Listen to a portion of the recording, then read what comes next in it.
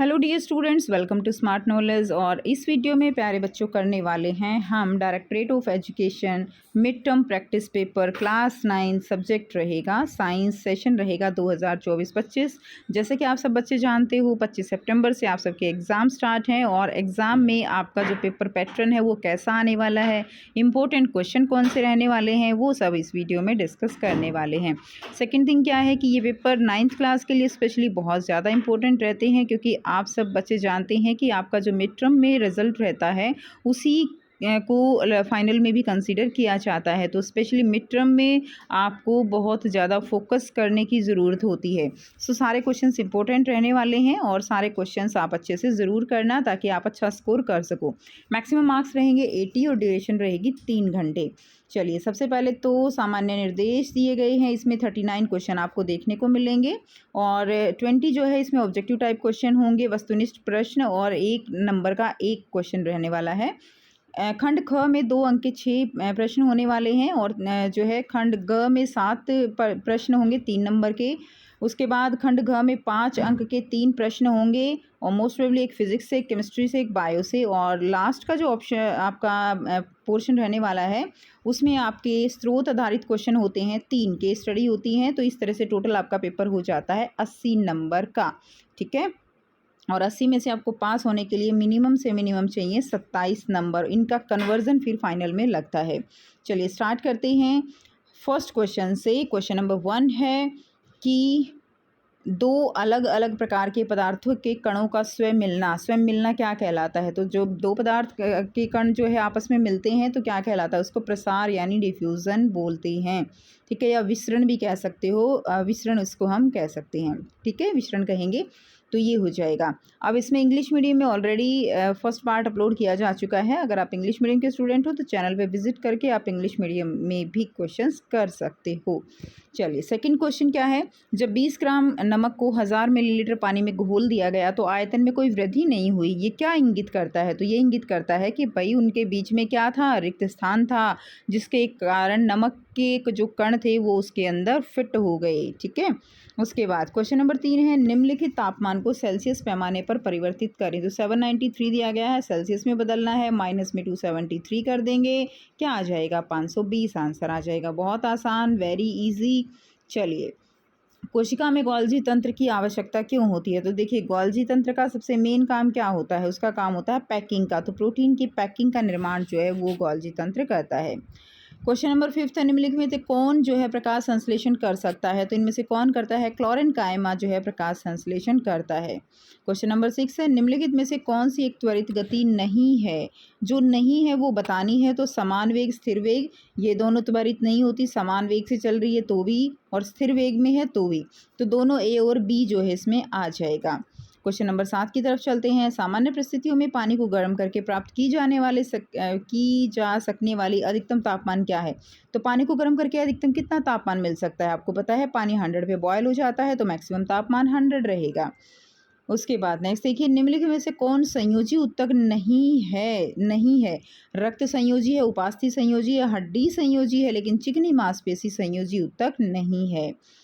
Question number 9 है, पशुपालन किसके लिए किया जाता है। तो दूध उत्पादन के लिए, मांस उत्पादन के लिए, कृषि कार्य के लिए। तो फर्स्ट, सेकंड, थर्ड इसका आंसर हो जाएगा। नेक्स्ट देखते हैं क्वेश्चन नंबर 10 है, एक छात्र ने एक प्याज को आंशिक रूप से पानी में डुबोया।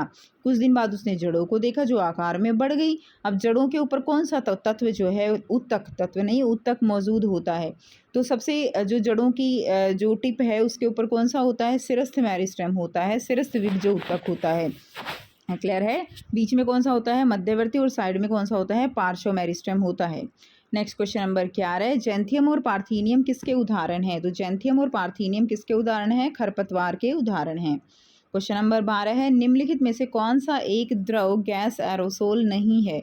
गैस एरोसोल बताना है, द्रव गैस एरोसोल। तो द्रव गैस में धुंध, बादल और कुहासा, ये जो है द्रव गैस एरोसोल है, लेकिन जो धुआं है वो ठोस गैस जो है, क्या है, ठोस गैस है, उसके अंदर ठोस गैस एरोसोल है, वो धुएं के कण ठोस होते हैं ना।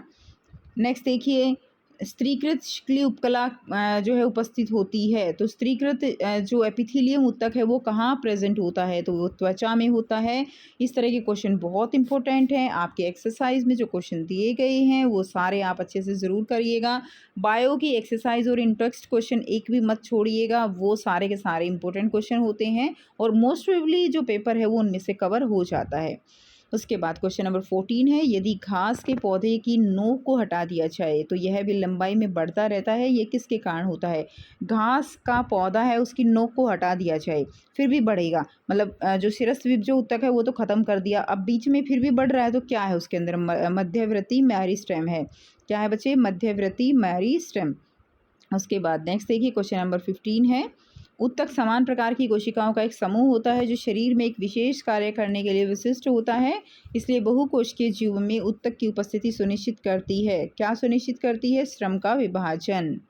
नेक्स्ट देखिए, किसी कण का विस्थापन जो त्रिज्या आर के एक वृत्ताकार पथ में आधा वृत्त पूरा कर रहा हो तो कितना होगा? तो त्रिज्या कितनी दी गई है? आर दी गई है, और अगर एक आधा वृत्त पूरा कर लिया यहाँ से यहाँ तक तो ये कितना हो गया? ये 2r हो जाएगा। आंसर रहेगा 2r। प्रश्न 17 से 20 तक ये अभिकथन और कारण पर निर्भर हैं, और इसमें क्या होता है ना कि दो आपको कथन दिए होते हैं। एक तो स्टेटमेंट होती है सिंपल और एक उसका कारण दिया हुआ होता है। आपको देखना होता है कि क्या दोनों ठीक हैं। अगर दोनों ठीक है तो क्या जो कारण है वो उसकी सही तरह से व्याख्या कर रहा है या नहीं कर रहा है, ये चीज़ें आपको इसमें देखनी होती हैं। अगर दोनों सत्य हैं और आर ए की सही व्याख्या है, यानी कारण जो है वो उसकी सही व्याख्या है, तो आंसर आपका जो है यहाँ पे ए हो जाता है। अगर सही व्याख्या नहीं है तो बी हो जाता है। ए सत्य है लेकिन आर असत्य है तो सी हो जाता है। ए असत्य है लेकिन आर सत्य है तो डी हो जाएगा। तो प्रश्न 17 है, अभिकथन दिया गया है, पदार्थ की अवस्थाएं परस्पर परिवर्तनीय हैं। तो बिल्कुल परिवर्तनीय है। ठोस को गैस में, गैस को ठोस में बदला जा सकता है। ठीक है। उसके बाद है, कारण क्या है कि पदार्थ की अवस्था तापमान या दबाव बदलकर परिवर्तित की जा सकती है। तो बिल्कुल ठीक बात है। एक्सप्लेनेशन भी ठीक है, तो आंसर हमारा ए चला गया। क्वेश्चन नंबर 18 है, अभिकथन है जाइलम एक संवहन ऊतक है। तो हाँ ठीक बात है, जाइलम संवहन ऊतक है। और ये क्या करता है? इसका फंक्शन क्या होता है? इसका फंक्शन होता है जल और जो खनिज है उसको पौधे के जाइलम के मध्य में परिवाहित कर देते हैं। तो दोनों ही सत्य हैं और सही व्याख्या भी है, तो आंसर ये चला जाएगा। चलिए क्वेश्चन नंबर 19 है, अभिकथन दिया गया है सुरक्षा बेल्ट दुर्घटनाओं को रोकने के लिए पहनी जाती है। बिल्कुल ठीक बात है। उसके बाद सुरक्षा बेल्ट हमारे शरीर पर बल लगाती है जिससे अग्रगामी गति धीमी हो जाती है। तो इसमें क्या आ जाएगा? दोनों ही ए और आर सत्य है और आर ए की क्या है? सही व्याख्या है। तो ये आंसर आपका आ जाएगा, ए हो जाएगा। नेक्स्ट देखिए क्वेश्चन नंबर 20 है, सोयाबीन एक खरीफ फसल है। बिल्कुल ठीक बात है, सोयाबीन खरीफ फसल है। खरीफ फसल कौन सी होती है? जो बारिश में लगाई जाती हैं, वर्षा ऋतु में। लेकिन इसने तो लिखा है कि जो वर्षा ऋतु में होती है ना वो रबी फसल है, जबकि तो गलत है। तो आंसर हमारा डी चला जाएगा कि ए सत्य है लेकिन आर जो है वो क्या है? असत्य है। तो यहाँ से जैसे ए सत्य, ये सी हो जाएगा। ए सत्य है लेकिन आर असत्य है, तो ये आंसर क्या हो जाएगा हमारा? 20 का सी हो जाएगा। सी लिखेंगे यहाँ पे, ये तो ठीक लिखा हुआ है, ये सी आ जाएगा। चलिए let's move to the section B. Section B में क्या है? 21 से 26 जो है वो छोटे छोटे प्रश्न है 2 नंबर के। एक रासायनिक प्रतिक्रिया के दौरान टेस्ट ट्यूब में तापमान 303 केल्विन तक बढ़ गया। इस तापमान को डिग्री सेल्सियस में परिवर्तित करना है, तो 303 केल्विन से सेल्सियस में जाना है, तो क्या करेंगे? 273 माइनस कर देंगे। तो यहाँ पे क्या किया हमने? केल्विन में से 273.15, आप डायरेक्ट 273 भी कर सकते हो। तो ये आंसर आपका आ जाएगा 29.85। अब आपसे पूछा जाता है कि इस तापमान पर पानी की भौतिक अवस्था क्या होगी? तो 29 डिग्री पे पानी जो है वो किस अवस्था में होगा? ऑब्वियसली द्रव अवस्था में होगा। अगर 0 डिग्री होता है तो वो आइस बन सकता है, या 100 से ज़्यादा होता है तो वो जो है किस में होगा? भाप में भी होगा, द्रव में भी होगा। तो यहाँ पे ये केवल द्रव अवस्था में रहेगा। नेक्स्ट देखिए क्वेश्चन नंबर 22 है, उस कोशिका अंग की पहचान करें और उस अंग से जुड़े कण आर की भी पहचान करनी है, और आर का मुख्य कार्य क्या है ये बताना है। तो आप ये देख के बता सकते हो ये क्या है? ये अंतद्रव्य जालिका है। ठीक है, क्या है ये? अंतद्रव्य जालिका। अंतद्रव्य जालिका है तो इसके ऊपर आर जो है यहाँ पे क्या है? ये राइबोसोम है। और राइबोसोम का फंक्शन क्या होता है बच्चों? कार्य क्या होता है? प्रोटीन संश्लेषण। तो ये इसका उत्तर हो जाएगा। यह कोशिका अंग अंतद्रव्य जालिका है। कण जो इस कोशिका अंग से जुड़ा होता है वह राइबोसोम है, और प्रोटीन संश्लेषण में ये काम आता है। नेक्स्ट देखिए क्वेश्चन नंबर 23, 10 मीटर के वृत्ताकार पथ पर चलते हुए किसी वस्तु की दूरी और विस्थापन क्या होगा जब वह 15 चक्कर पूरे कर ले। तो दूरी कैसे निकालेंगे, चक्रों की संख्या कितनी है और एक चक्कर यानी परिधि कितनी है, तो 15 गुणे 10 कितना हो जाएगा, 150 मीटर। उसके बाद देखिए विस्थापन क्या होता है, विस्थापन यानी अब देखिए 15 चक्कर लगाए लेकिन जिस बिंदु से शुरू हुआ वहीं पे आके आ गया, वहीं पे आके रुका, तो इसका मतलब क्या हुआ, एक चक्कर के बाद 0 हो गया, 15 चक्कर बेशक लगाए लेकिन विस्थापन 0 हो जाएगा। अगला है क्वेश्चन नंबर 24, गर्मी के मौसम में पानी रखने के लिए आप क्या उपयोग करेंगे और क्यों, तो भाई हम करेंगे मिट्टी का घड़ा। मिट्टी का घड़ा क्यों करेंगे, क्योंकि उसमें होगा वाष्पीकरण, वाष्पीकरण से होगा शीतल प्रभाव और पानी क्या हो जाएगा, ठंडा हो जाएगा। क्वेश्चन नंबर 25, भारत में सिंचाई के लिए उपयोग किए जाने वाले 4 संसाधनों की सूची बनानी है। तो भारत में सिंचाई के लिए उपयोग किए जाने वाले जल संसाधन कौन से हैं, नदियां हैं, नहरें हैं, भूमिगत जल है और जलाशय है। तो ये हो जाएगा भारत में सिंचाई के लिए प्रयोग किए जाने वाले 4 जल संसाधन।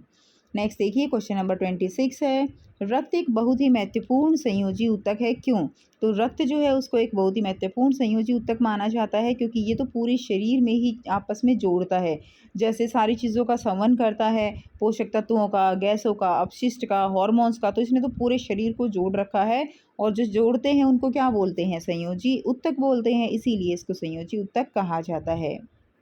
उसके बाद नेक्स्ट देखिए सेक्शन सी करेंगे, इसमें प्रश्न संख्या 27 से 33 जो कि 3 नंबर के क्वेश्चन होंगे। तो सबसे पहले दिया गया है, बहुत इंपॉर्टेंट क्वेश्चन है, क्वेश्चन नंबर 27, रसधानी का क्या कार्य है।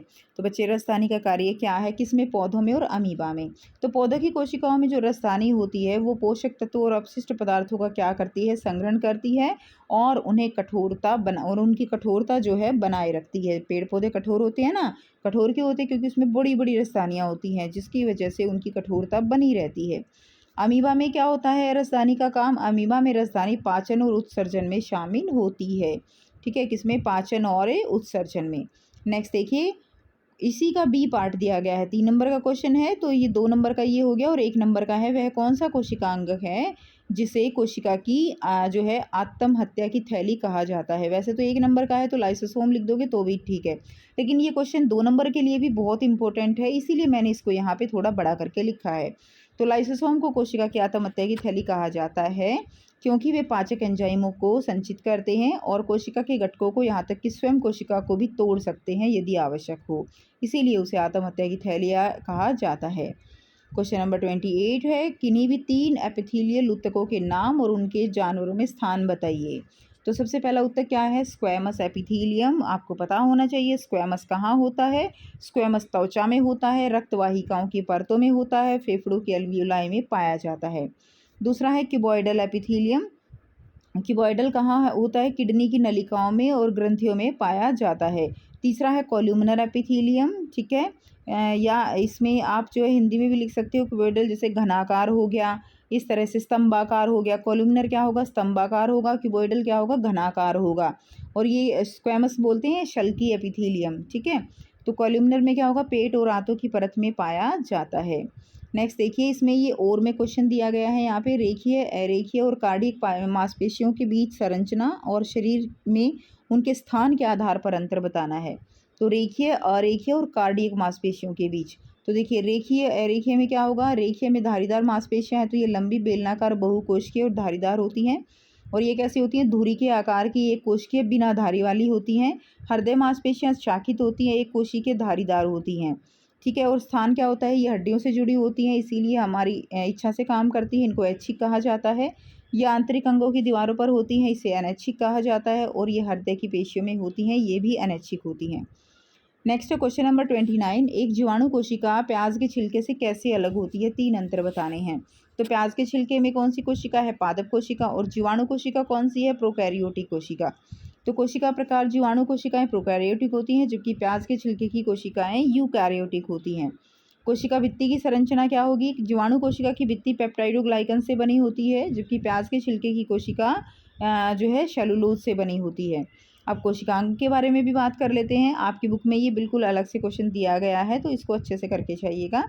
कोशिका अंग जो है जो प्रोकैरियोटिक कोशिका होती है ना, जीवाणु कोशिकाएं, उसके अंदर जो जैसे माइटोकॉन्ड्रिया है, जो भी कोशिका अंग हैं, वो झिल्ली से ढके हुए नहीं होते, जबकि प्याज के छिलके की कोशिकाओं में विभिन्न कोशिका अंग होते हैं, जैसे न्यूक्लियस हो गया, माइटोकॉन्ड्रिया। चलिए, क्वेश्चन नंबर 30 है, न्यूटन के गति का नियमों का संक्षेप में वर्णन करें। एक एक नंबर का एक नियम है। तो पहला नियम क्या होता है? कोई भी वस्तु तब तक स्थिर अवस्था में बनी रहेगी या समान वेग में चलती रहेगी जब तक कि उस पर कोई बाहरी बल ना लगे। जैसे मेज़ पर रखी हुई किताब तब तक वहीं रहती है जब तक उसे कोई हिलाता नहीं। दूसरा नियम क्या है? त्वरण का नियम। किसी वस्तु का त्वरण उस पर लगाए गए शुद्ध बल के अनुपाती होता है और उसके द्रव्यमान के व्युत्क्रमानुपाती होता है। तो F=ma। हल्की गाड़ी को धक्का देने के लिए कम बल लगेगा, भारी गाड़ी को धक्का देने के लिए ज़्यादा बल लगेगा। ठीक है। उसके बाद तीसरा नियम क्या कहता है? क्रिया प्रतिक्रिया का नियम, कि प्रत्येक क्रिया के बराबर और विपरीत दिशा में क्या होती है? प्रतिक्रिया होती है। उदाहरण रहेगा, जब आप नाव से कूदते हैं तो नाव पीछे की ओर खिसकती है। ठीक है, जब आप नाव से कूदते हैं तो नाव कहाँ खिसकती है? पीछे की ओर। अगला क्वेश्चन, क्वेश्चन नंबर 31, निम्नलिखित स्थितियों में कौन सी संभव है और प्रत्येक के लिए उदाहरण देना है। तो कौन सी संभव है? एक वस्तु के साथ स्थिर त्वरण, एक स्थिर त्वरण होना चाहिए लेकिन वेग शून्य होना चाहिए। ये सिचुएशन कब होती है? ये सिचुएशन होती है जब आप नीचे से कोई वस्तु ऊपर की तरफ फेंकते हो, ऊपर जाके वो एक पल के लिए रुक जाती है। उस टाइम पे उसके ऊपर गुरुत्वाकर्षण बल लग रहा है, यानी उसके ऊपर स्थिर त्वरण है, और वेग उस टाइम पे शून्य हो चुका है, यानी वो रुकी हुई है तो वेग शून्य है। तो ये संभव है।